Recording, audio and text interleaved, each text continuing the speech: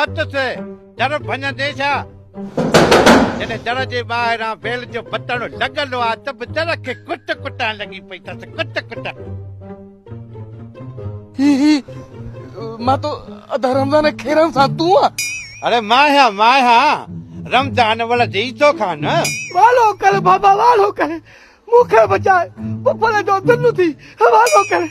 अरे जमाल शलका जंग भजंदई कहर पवंदी ज़ुल्म करे छडी न पुट ई पुफड़या मां तो अदा रमजान इहो चक्कर कीअं थियो भला।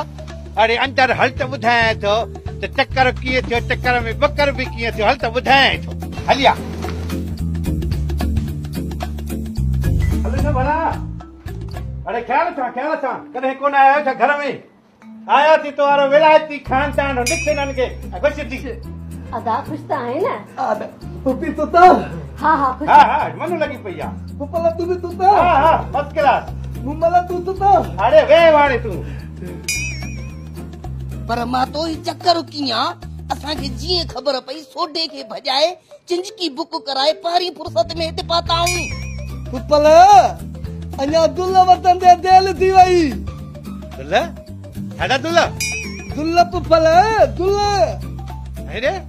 मतलब त पूरे बंदोबस्त सां आया आहियो हां बाबा मां तो अञा जल्दबाजी थी वई भले पार जो कफन भी पियो हो उहो भी खयूं अचां पर अदो जाड़ो वियो हो न सऊदी खेरन सां बवतियूं आयो हो छो त ख़बर ई अहिड़ी ॿुधी सी न पर तोखे जेरो जाॻंदो ॾिसी दिल बाग बार थी वई असुल ईअं समझ असांजी ईद थी वई रमज़ान। अरे सोडा गुला औरते कर वालो तल बाबा वालो कल पुपल के दुल्ला पालाए वाह रे गुल्लो ताजी किस्मत आया त मैं तजे मथो पवण हुयो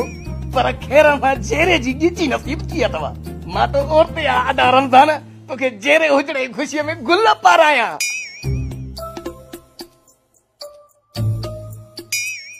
ठहर वेठ वे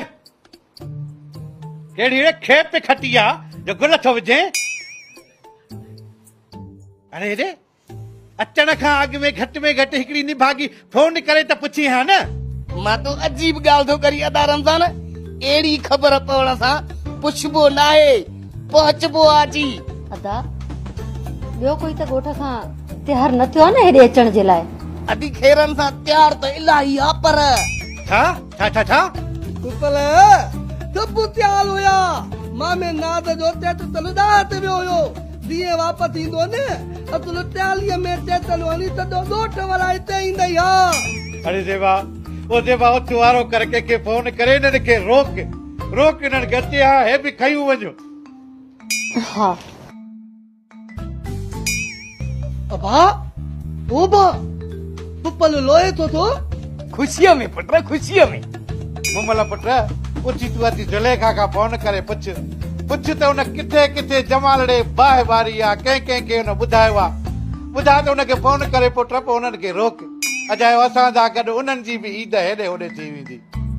जी बाबा मां तो रमज़ान वेयो अरे बेटा ते आया जा मना जा